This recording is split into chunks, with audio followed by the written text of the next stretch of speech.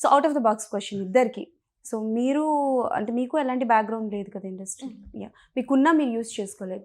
But ఎలా ఉంటుందంటే ఇండస్ట్రీలో కొత్త వాళ్ళు వస్తున్నారన్నా, అప్కమింగ్స్ వస్తున్నారన్నా కొన్ని ఫేక్ న్యూసెస్ కావచ్చు, కొన్ని న్యూసెస్ కావచ్చు, even we can say rumours కొన్ని వింటూ ఉంటాం.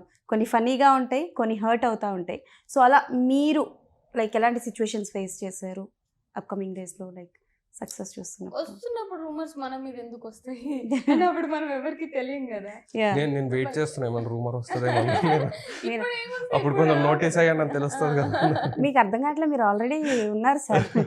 బట్ స్టిల్ అంటే చెప్తున్నా, లిప్ లాక్ వచ్చిన తర్వాత మళ్ళీ ఎలాంటి వస్తాయి ఏంటి అనన్య గారిది అని చెప్పేసి స్టార్ట్ అయ్యింది.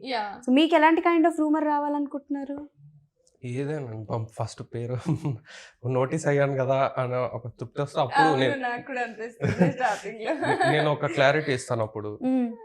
దోస్ ఆర్ జస్ట్ రూమర్స్ అని అంటాను అప్పుడు పెద్దగా.